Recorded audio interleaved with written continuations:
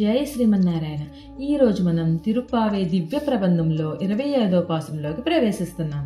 నిన్నటి పాసురంలో గోపికలందరూ ఆ స్వామి అవతారాలను కీర్తించి మంగళాశాసనాలతో ఆయన్ని గానం చేశారు.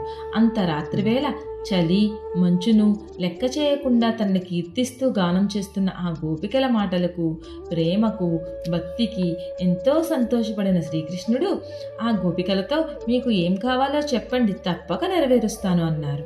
వెంటనే ఆ గోపికలు, లేదు స్వామి, మాకు ఏమీ అక్కర్లేదు, కేవలం నిన్ను కీర్తించడానికే వచ్చాము.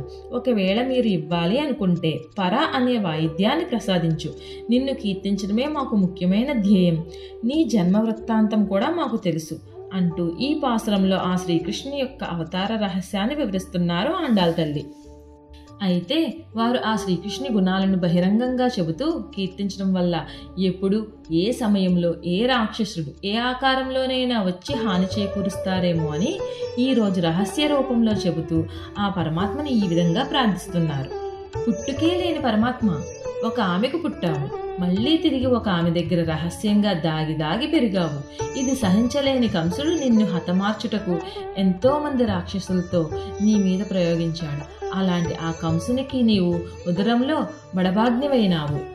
ఓ అశ్రిత వ్యామోహము కలిగిన కృష్ణ, నిన్ను మేము సేవించడానికి, ప్రార్థించడానికి మాకు పర అనేటువంటి వాయిద్యాన్ని ప్రసాదించావంటే నీ కీర్తి వైభవాలను, వీరగాథలను పాడి మా శ్రమ తీరి ఆనందించదలుచుకున్నాము అని ఆ గోదాదేవి గోపికల బృందంతో కలిసి ప్రార్థించడం జరిగినది.